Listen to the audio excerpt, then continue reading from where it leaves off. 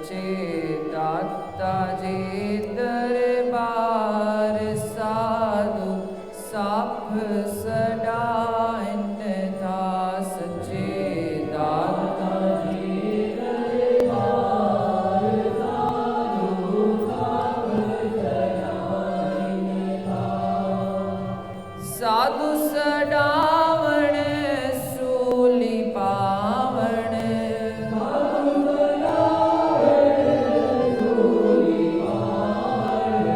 साधु सदावण सूली पावण,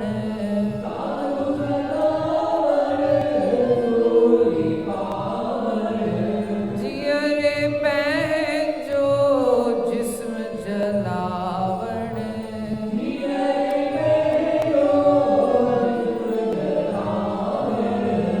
पढ़ियो वडा विचार बाजी जग के बाइन था।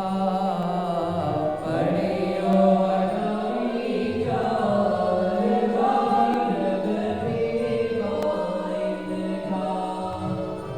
पढ़ियो वडा विचार बाजी जग के बाइन था। पढ़ियो वडा विचार बाजी जग के बाइन था।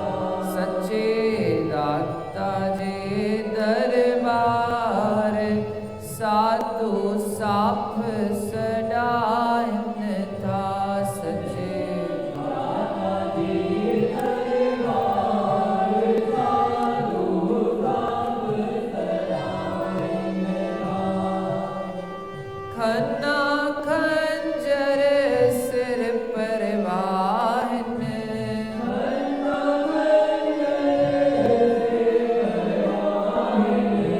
रगन जोथा रत सुकाइन,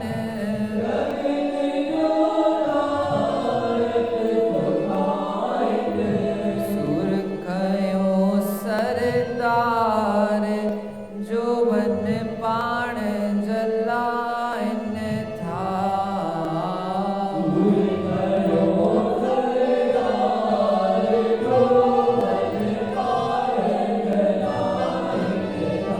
सच्चे दाता जी दरबार साधु साफ सदाइन था।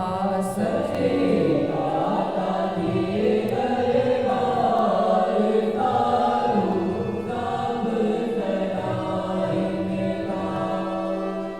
पाण तरी था प्यन के तारन,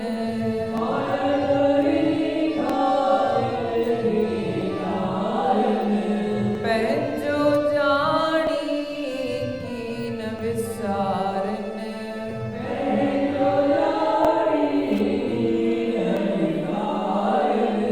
सॾजन से दातार बेरंग ब्रह्म बताइन था।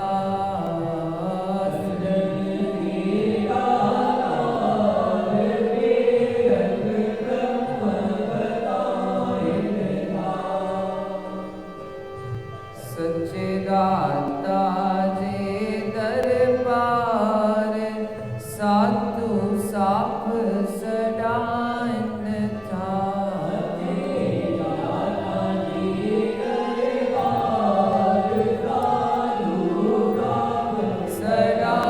सदाइन था।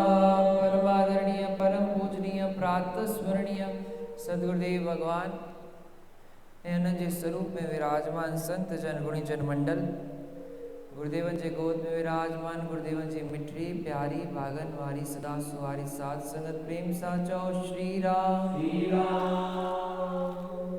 सतनाम साखी सतनाम साखी सतनाम साखी। गुरु महाराजन जी अमृतमय वाणी सच्चे दाता जे दरबार साधु साफ सदाइन था। साधु सडावण सूली पावण जीरे पंहिंजो जिस्म जलावण पड़ियो वॾा वीचार बाज़ी जग खे भाई नथा। गुरुदेव चवनि था उन दाता जे दरबार में संसार में तो उन्हनि खे घणो ई सोन वांगुरु तपड़ो पवंदो आहे। सोन जेसि ताईं मिल में आहे, जेसि ताईं अञा उन मथां कारीगरी चालू आहे, तेसि ताईं सोन खे पियो तपड़ो पवंदो आहे। छुरा बि लॻंदा अथसि, कारीगर जे मथां किलियूं खणी करे कारीगरी बि कंदो आहे। पर उहो ई सोन जॾहिं कंहिं सोनार जे हथ में अची वेंदो आहे त हुते हुनजो मूल्य वधी वेंदो आहे। तीअं साधु जो जीवन कीअं हूंदो आहे? साधु सडावण सूली पावण जीअरे पंहिंजो जिस्म जलावण। स्वामी सर्वानंद महाराज चवंदा बाबा हे साधु थियणु को सवली ॻाल्हि कोन्हे, ॾुखे में ॾुखी ॻाल्हि आहे। साधु को वेश कोन्हे, साधु को पदवी कोन्हे, साधु त हिकु गुण आहे जेको कोई बि धारण करे सघे थो, जेको हमेशा सादगी में रहे। जीअं माता कृष्णा स्वामी टेऊराम महाराज खे शिक्षा ॾिनी कि साधु जी परिभाषा छा थींदी आहे।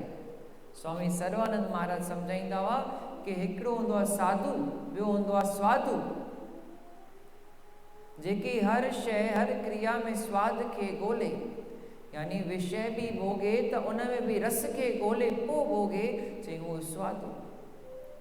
भोग त ॿई भोगींदा, खाईंदा संत बि आहिनि, खाईंदा साधु बि आहिनि, त खाईंदा संसारी बि आहिनि भई। पोइ साॻे मकाननि में साधु बि रहंदा आहिनि, रहंदा गृहस्थी बि आहिनि, संसारी बि आहिनि, पर ॿिन्हिनि में फेर कहिड़ो? चई स्वादु जॾहिं विषय खे भोगींदो आहे त सभिनि खां पहिरियों मन में इहो वीचार कंदो आहे कि विषय जो स्वादु कहिड़ो हूंदो, इन में रस कहिड़ो हूंदो, छा हे रस मूंखे वणंदो, चाहे ॾाढो सुठो रस आहे त मां इनखे भोगां। हर शइ में विषय जो रस ॻोल्हे, परीक्षा वठी, पोइ जंहिंमें रस अचे उहो ॿिए टाइम खाए, ॿिए नियम सां हले, चई हो स्वादु। ऐं साधु छा कंदो आहे भई? साधु हर भोग में केवल कारण ॻोल्हींदो आहे कि भई हिनखे भोगणो छो आहे। जेकर भोजन बि खाइणो आहे त माता कृष्णा स्वामी टेऊराम महाराजनि खे चयो भई जॾहिं बुखड़ी लॻई ॾाढी हथ रोटीअ ते हणजाए। जॾहिं ॾाढी बुख लॻे बाबा हाणे भॼन में विघ्न थो अचे, हाणे शरीर में तकलीफ़ थी थिए, त बाबा ओॾी महिल हिकु रोटी खणिजे, केवल हिकु रोटी खणिजे ऐं खाई वठिजे। उन सां गॾु छा खाइजे? कोई सब्जी वग़ैरह न लिखियलु आहे। सादे में सादो भोजन, यानी अहिड़ो जेको ख़ाली तुंहिंजो पेट भरे, बसि उहो हथ में रखिजे। स्वामी सर्वानंद महाराज जॾहिं मेलो लॻंदो त गुरुदेव उन्हनि जे मथां हिकिड़ो सत्संग कयनि। उन सत्संग में वरी 6 ॻाल्हियूं सहजी करे ॿुधाइनि। अखर सां 6 गुण स्वामी सर्वानंद महाराजनि जा ॿुधाइनि। उन में हिकिड़ो इहो गुण स्वादु जो, कि भई स्वामी सर्वानंद महाराज साधु आहिनि, ऐं साधु ऐं स्वादु में फ़र्क़ु छा आहे? कि स्वामी सर्वानंद महाराज ऋषिकेश में अञा बि उहो स्थान आहे, पर हाणे उहो स्थान नदी जे विच में हली वियो आहे, जिते झाड़ियूं हुयूं, ईअं कंडा कंडा जंगली वण हुया, नंढा सा पौधा, उते वञी करे स्वामी सर्वानंद महाराज वेही रहंदा हुआ। पासे मां ईअं गंगा मैया वहंदी हुई, ऐं पोटलीअ में 6-7 फुल्का पिया हूंदा हुया। जॾहिं बुख लॻंदी हुई त हिकु फुल्को खाई वठंदा हुआ, बाबा खाई वठ त शरीर हले। त साधु सडावण सूली पावण, चई भई साधु भोग भोगींदो आहे त इहो न ॾिसंदो आहे कि मुंहिंजे मन खे वणंदो या न, मुंहिंजे तन जे लाइ ज़रूरी हुजे त मां भोगां। पींगा डोलियूं पलंग त्यागे पत्थरनि में पियरा, कवि पहलाज राम लिखियो, अहिड़ो कहिड़ो भोगन में उन्हनि खे आनंद न आयो भई, या अहिड़ो कहिड़ो आनंद उन्हनि खे जंगलनि में आयो, जो सभई संत स्वामी टेऊराम महाराज जे घर में कोई कमी न हुई। तव्हां जीवन चरित्र पढ़ी ॾिसो, जॾहिं स्वामी टेऊराम महाराज घर जो त्याग कयो आहे, माता खां मोकल वरिती आहे कि बाबा हाणे असांखे मोकल ॾे, ओॾी महिल घर में हरियाई भरियाई पई हुई।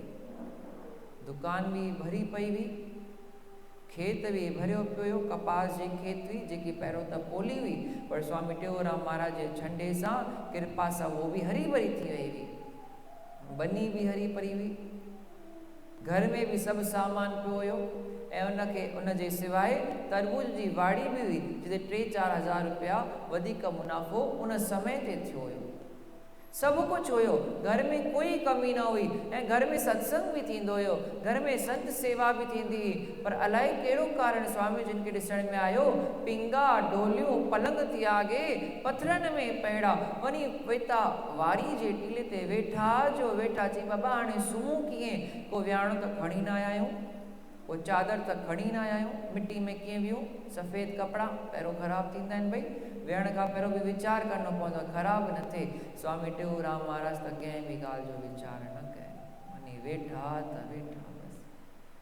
चई हाणे न वेंदासीं, हाणे हिते ई चई साईं सुम्हूं किथां। स्वामी जन चवंदा हुआ संत महापुरुष जॾहिं सुम्हंदा हुआ त सिराने जे हेठां सिर रखंदा हुया, पथर रखंदा हुआ, पथर ते सर रखी करे सुम्हंदा हुया। वरी भोजन खाईंदा हुआ त भोजन में भी शुरूआत में 3 ॾींहं त भोजन आयो ई न, किथां अचे कंहिंखे ख़बर ई कोन्हे कि मथे संत वेठा आहिनि। पोइ जेको मिले स्वामी टेऊंराम महाराज त दीक्षा, भूख ई न लॻे, उन ई न लॻे। पर हाणे जेका ॿिया गॾु आया सभु जवान स्वामी जिन सम्झाईंदा हुआ 30 खां मथे केरु न हूंदो, 30-35 साल का, सभु उन खां नंढा हूंदा हुआ। चई जवान खे भूख न लॻे, तॾहिं त संतनि महापुरुषनि लिखियो आहे जोबन पाण जलाइनि था, पंहिंजी जवानी जंहिंमें जीव घर मकान ठाहे वठंदो आहे, 4-4 बंगला, 4-4 गाॾियूं अची वेंदियूं आहिनि, अलाए किथां जो किथे पहुची वेंदो आहे। उन जोबन में संत महापुरुष पंहिंजे पाण खे जलाइण में विनाश रखनि, पंहिंजे पाण खे साड़ींदा आहिनि, अंदर ई अंदर रोईंदा आहिनि, प्रभु खे पुकारींदा आहिनि। केरु चवंदो अरे दई समय ते ई कमाइण जो, इन में कमाए, इन में घर ठाहे, इन में पंहिंजो भविष्य ठाहे, त वञी पोइ जॾहिं भविष्य ठही बुढो थी ॾंद न बचई, वार सॼा सफ़ेद थी वञे, कुझु घर में करण लाइ न रही, पोइ वञी करे भॻवान जो भॼन कजे, ईअं सभु चवंदा आहिनि। पर स्वामी टेऊंराम महाराज पाण त जवानी वञी करे भक्ति कनि, पर ॿियनि खे बि छा कनि, बाबा हलो जेको भी करनो आ भजन कर ले मस्त जवानी में, बुढ़ापा किसने देखा है। अरे बुढ़ापे में कंहिंजो आसरो कोन्हे, इहो जोवन अवस्था है जंहिंमें भगवान जी भक्ति थी सघे थी। वञी वेठा, चई साईं हाणे खाऊं छा, बुख लगी आहे। उतां बि जेको खाई निकिता हूंदा थोरो घणो, चई साईं हाणे बुख लगी आहे। चई हिकु कमु कयो, वञो जंगल त ॾिसी अचो, हिते जेको खाइण लाइ तव्हांखे मिलेव खाई अचो। त हाणे जंगल में छा स्ट्रॉबेरी मिलंदा, अंब मिलंदा, को बगीचो थोरी हुयो, जंगल हुयो। ऐं जंगल बि कहिड़ो हुयो, वारी जे टीले ते पहाड़ ते हुजे हा त कुझु न कुझु ठही वञे हा, ॿियो कुझु न त सियारे में सूफ़ निकिरी अचनि हा, पर हुयो किथे भई वारीअ ते, हिते गर्मी गर्मी लॻंदी आहे। सी बाबा हुते वारीअ ते मिलंदा छा, ॾुध ऐं डोरा पेलू खाई पाण पचाए, 3 ॾींहंनि ताईं तप कनि, पूरो तप। हिकु तरफ़ो ॿार बि हलाए वठंदो आहे कमु, कुझु न कुझु खाई करे, हिकु तरफ़ो बुज़ुर्ग माण्हू बि कुझु न कुझु हलाए वठे। पर जवानी त अहिड़ी अवस्था हूंदी आहे जंहिंमें भोजन जी पूरी व्यवस्था खपंदी आहे। जवान माण्हू 10 बि खाई वञे त 12 फुल्का बि खाई वञे। पर उन्हनि जो संतनि जो संग कयो त स्वामी जी चयो बसि साधु थियण, साधु सॾावण, सूली पावण। बुद्ध धर्म जो हिकु किताबु आहे धम्मपद, उन में उन महात्मा बुद्ध गौतम बुद्ध पंहिंजे शिष्यनि जे वास्ते लिखियो, बाबा मता सम्झो इहो मार्ग अहिड़ो आहे, इन मार्ग ते हलंदासीं त असांखे हार पाईंदा, गुल चाढ़ींदा, पूजा कंदा न बाबा, हे मार्ग अहिड़ो आहे जिते जूता बि पवंदव। चोर खे जूता पवनि त कोई वॾी ॻाल्हि कोन्हे, चोर खे त जूता पवंदा ई न, पकड़ियो वेंदो। पर कंहिं निर्दोष खे जूता पवनि, असांजी ग़लती न हुजे, असां कुझु कयो न हुजे, ऐं पोइ समाज जो असां ॿुधूं ऐं शांती सां वेही ॿुधूं त बाबा पोइ असां सही आहियूं। इहो मार्ग आहे साधुअ जो। ग़लती में त हर कोई ॿुधंदो आहे न, जंहिं ग़लती कई उहो त सहंदो बि, सज़ा वठणी पवंदसि, पर जंहिं ग़लती न कई उहो बि सहे थो। चई बाबा ओ ई साधू सॾावण सूली पावण, जीअरे पंहिंजो जिस्म जलावण। जीअरे पंहिंजे पाण खे अंदर ई अंदर, अॼु हिकु जवान माण्हू खे इच्छा छा न थींदी आहे, पर स्वामी टेऊंराम महाराज चयो बाबा न, इच्छाउनि जो ई त्याग करणो आहे। मन में कॾहिं बि शुरूआत खां वठी करे ब्रह्मलीन अवस्था ताईं स्वामी टेऊंराम महाराजनि जे अंदरि इच्छा नथी यानी नथी, केवल हिकिड़ी इच्छा थियनि। जॾहिं वारी ते वेठा हुया त प्रेमियुनि चयो साईं एॾो कष्ट छाजे लाइ सहबो, तव्हांखे ज़मीन पाइण जी इच्छा अथव छा, तव्हांखे आसक्ति अथव छा न ज़मीन सां? चई न बाबा, साधू रमता भला, असांखे कंहिं बि ज़मीन सां को आसक्ति उते ई न कईसीं। एॾी ज़मीनूं पई हुयूं, उहो घर छॾे आयासीं, हाणे वरी हिते आसक्ति रखंदासीं छा? साईं पोइ एतिरो सभु सहो छो था? भलो तव्हांखे हैदराबाद जी मशहूर में मशहूर कोटूराम जो बगीचो शहर जे विचो विच आहे, उहो लिखी पढ़ी था ॾियो। उते आश्रम बि ठाहियो, सत्संग बि कयो, प्रेमी बि अचवञ कंदो, ॿियो संत खे छा खपे? स्वामी टेऊंराम महाराज न बाबा, ज़मीन ई खपंदी हुजे हा त वारी ते थोरी अची करे वियो आहे। साईं पोइ छा त वंदर में ॿुधायो?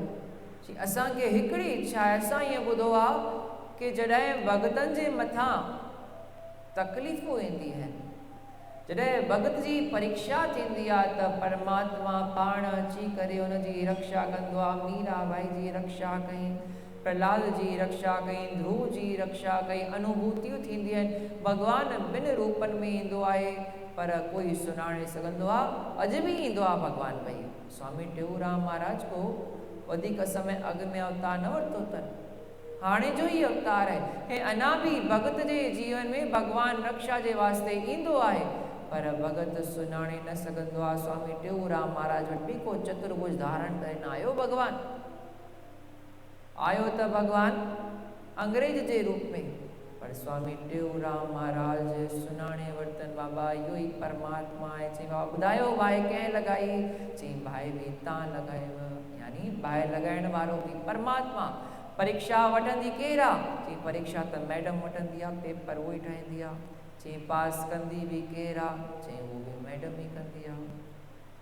चई परमात्मा ई परीक्षा थो वठे, परमात्मा ई सहारो ॾींदो ऐं परमात्मा ई पास कंदो। त साधू सॾावण सूली पावण, जीअरे पंहिंजो जिस्म जलावण। हे साधू पाण त ठीकु, पर जेका उन्हनि सां गॾु ईंदा आहिनि उन्हनि खे बि इन ई मार्ग ते वठी हलंदा आहिनि। कहिड़ी ज़रूरत इन्हनि सभिनि खे जो सभु कुझु त्यागे करे पंहिंजे शरीर खे एॾो तपाए विर्त रखी करे हेतिरा स्वामी टेऊंराम महाराज जॾहिं सिंधु नदी जे किनारे महीनो वञी वेठा, अलाए छा खाधनि, अलाए छा पीतनि, साम्हूं नदी हुई बसि। छा खाधनि, छा पीतनि, कीअं रहंदा हुआ, छा कंदा हुआ, कुझु बि न, केवल हिकु ई उल्लेख आहे, महीनो वेही करे स्वामी टेऊंराम महाराज भॻवान जो बसि भॼन ई कनि। इहो साधू बि विभिन्न प्रकारनि जा हूंदा आहिनि। गुरुदेव चवंदा स्वामी टेऊंराम महाराज जीवन चरित्र में ईंदो आहे 4 प्रकार जा ए महात्मा हूंदा आहिनि। हिकु त पते वांगुरु, पतो हूंदो आहे, उनखे पाणी में रखोसि त तरंदो वेंदो, अंदरि न वेंदो, तरंदो तरंदो नदी पार करे वठंदो। पर उन ई पते जे मथां पथर रखी छॾियो त उहो पतो अंदरि उॾी वेंदो आहे। हिकिड़ा महात्मा हूंदा आहिनि ईअं, जेका एकांत में वेही करे अभ्यास कंदा आहिनि ऐं केवल अकेले तरी सघंदा आहिनि, ॿियनि खे तारे न सघंदा आहिनि, पर पंहिंजे लेखे पाण तरी वेंदा आहिनि। अहिड़ा हिकिड़ा महात्मा हूंदा आहिनि। जीअं ॿिया वरी हूंदा आहिनि नाव वांगुरु, जीअं नाव हूंदी आहे पाण त तरंदी आहे, पर उन में जेका 6-7 ॼणा वेठा हूंदा आहिनि, या जेका उन जे पुठियां लटकी पवनि, या जेका उन सां रस्सी ॿधी करे हलंदा हलनि, जीअं बि प्रकार सां नाव सां केरु पंहिंजे पाण खे ॿधी छॾे त नाव सां गॾो गॾु उहो बि तरंदो वेंदो। हिकिड़ा अहिड़ा बि महात्मा हूंदा आहिनि जेका पाण त तड़ंदा आहिनि पर पाण सां गॾु 6-7 ॼणा कुझु 10-20 ॼणा पाण सां गॾु तारे वेंदा आहिनि। जेको हिननि सां गॾु जुड़ंदो आहे उन सां इहे न के प्रकार उनखे भवसागर मां पार कंदा आहिनि। चई टिया वरी हूंदा आहिनि जहाज वांगुरु। जीअं जहाज में हज़ारे माण्हू चढ़ंदा आहिनि, 4-4 माले जा जहाज हूंदा आहिनि, गाॾियूं बि अंदरि वेंदियूं, बाइकूं बि अंदरि वेंदियूं, ट्रैक्टर बि अंदरि वेंदा, ट्रक बि अंदरि वेंदा, माण्हू बि हज़ारे भरिजी वेंदा। जी अहिड़ा महात्मा हूंदा आहिनि जेका सत्संग जे माध्यम सां सत्संग में ज्ञान ॾेई करे पाण सां गॾु पाण त तरंदा आहिनि पर पाण सां गॾु हज़ारे लखे करोड़े जीव तारे वेंदा आहिनि। अहिड़ा असांजा गुरुदेव अञा चौथा आहिनि। चौथा हूंदा आहिनि पुल वांगुरु। पुल जॾहिं ठहंदी आहे तॾहिं त माण्हू हुन जे मथां पार थींदा आहिनि, पर जुगा जुग समय ताईं उहो पुल हुन नदी जे मथां ठही पई हूंदी आहे। राम झूला लक्ष्मण झूला खे घणो टाइम थी वियो, हाणे त जानकी झूला बि अची वियो। अलाए घणा जीव रोज़ उतां पार थींदा वेंदा आहिनि, पार थींदा बि आहिनि, वरी ईंदा बि आहिनि, वरी पार थींदा आहिनि, वरी ईंदा आहिनि। चई तीअं ई संत महात्मा पंहिंजी वाणी अहिड़ी ठाहे वेंदा आहिनि, पंहिंजे सत्संग जे द्वारा, पंहिंजे वाणी जे द्वारा जेसिताईं पाण आहिनि तेसिताईं त तारींदा आहिनि, पर जॾहिं पंहिंजी लीला पूरी कंदा आहिनि त पंहिंजे वाणीअ जे द्वारा उन्हनि खां पोइ बि उन्हनि जा प्रेमी तरंदा वेंदा आहिनि। चई अहिड़ा आहिनि असांजा गुरुदेव सतगुरु स्वामी टेऊंराम महाराज। पाण त सिंध में हिंद में हज़ारनि खे तारे विया, पर अॼु बि कोई अगरि स्वामी टेऊंराम महाराजनि जो ध्यानु कंदो आहे, उन्हनि जी वाणी पढ़ंदो आहे, उन्हनि जे भॼननि खे श्रवण कंदो आहे, उन्हनि जे स्वरूप जो ध्यानु कंदो आहे, उन्हनि जे धाम ते अची करे सिर नवाईंदो आहे, चई उहो अॼु बि पार थी सघंदो आहे। हे पुल न आहे, हे पुल खां बि मथे जीअं हवाई जहाज हलंदो आहे त हवाई जहाज जो मथे रोड ठहियलु आहे, असांखे ॾिसण में न ईंदो आहे, जेको हवाई जहाज हलाईंदो आहे उनखे ॾिसण में ईंदो आहे, उनखे ॿुधाईंदा आहिनि बाबा हिन रोड ते हलणो अथई, हूंदो न आहे रोड, पर उन्हनि जी दिशाऊं ठहियलु हूंदियूं आहिनि कि हेतिरे डिग्री ते इन दिशा में हलणो अथई, हेठि मथे 1 डिग्री बि न थींदो।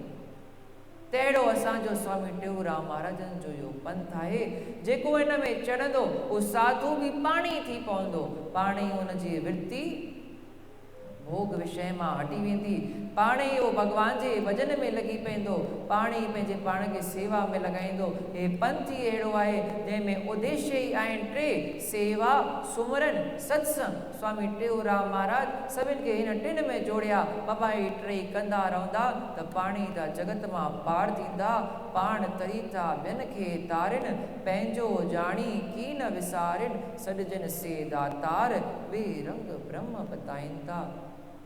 दातार असांखे ब्रह्म जो स्वरूप कराईंदा आहिनि, दर्शन कराईंदा आहिनि। पर स्वामी जन चवंदा गुरुदेव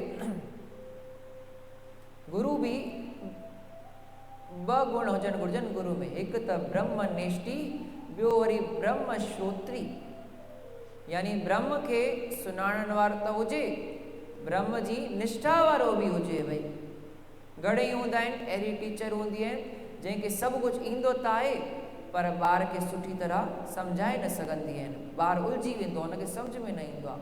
कुझु वरी हूंदी आहिनि जंहिंखे कुझु बि ईंदो न आहे पर मिड़े ई ॿार खे पूरो सम्झाए वठंदी आहे, सम्झाइण जी टेक्निक उन्हनि खे ईंदी आहे। ऐं 3 वरी हूंदी आहिनि जंहिंखे पाण सभु कुझु अचे थो ऐं ॿार खे बि पूरो सुठी तरीक़े सां सम्झाए सघनि थियूं। अहिड़ा गुरुदेव असांखे मिलिया आहिनि। इन करे गुरुदेव चवनि था कि इन दाता जे दरबार में उन साधुनि खे पूरी महत्वता मिलंदी आहे, पर उस ताईं पहुचण जे वास्ते परीक्षा अंत ताईं थींदी आहे। इहो मार्ग कहिड़ो आहे? एक्सप्रेस हाईवे हूंदो आहे, उन में एंट्री त थी वई, पर तव्हां पंहिंजी मर्ज़ी खां एग्ज़िट नथा करे सघो। जिते एग्ज़िट लिखियलु हुजे उते ई करिणो पवंदो, ऐं मिस थी वियो त बाबा हाणे ॿिए एग्ज़िट ते निकिरजे। ऐं जेसि ताईं एग्ज़िट न कयो आहे तेसि ताईं एक्सप्रेस हाईवे ते असां आहियूं। तंहिं प्रकार सां इहे साधु जो मार्ग कीअं हली त वियासीं, पर पदवी तेसि ताईं न मिलंदी जेसि ताईं एग्ज़िट न कयो आहे। ऐं एग्ज़िट बि कॾहिं करिणो आहे? अंत समय ताईं इन में निष्ठा रही, विच में हिते हुते थियासीं त बाबा कैंसल। पर अंत समय ताईं जंहिंजी निष्ठा रही अॼु असां अची करे गुरुदेवनि जे स्वरूपनि खे मथो छो था टेकूं, छोकी इन्हनि परीक्षा में पंहिंजे पाण खे पास कयो। अंत समय ताईं जॾहिं अंत काल आयो, जॾहिं ब्रह्म में लीन पिया थियनि, तेसीं ताईं उन्हनि जी विरती ब्रह्म में ई स्थित रही। भले केतिरी बि माया आई, भले केतिरी बि परीक्षाऊं, पर पंहिंजी स्थिति खे ब्रह्म में लॻाए रखियनि। तीअं पंहिंजे पाण खे हिन परीक्षा में जेकर पास करनो आहे त गुरुदेव चवनि था, सच्चिदाता जे दरबार साधु साफ़ सॾाइनि था। सच्चे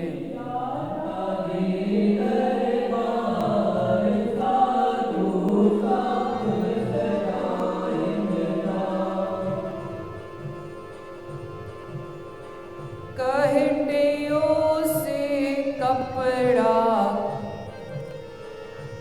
कहंडियों से कापड़ी काहिन,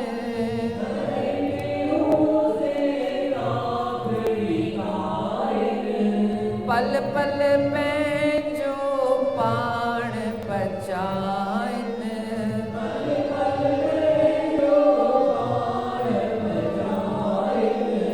तन में लाए तार अनवय ज्योत जगाइन था। तन में लाए तार अनवय ज्योत जगाइन था। सच्चे दाता जे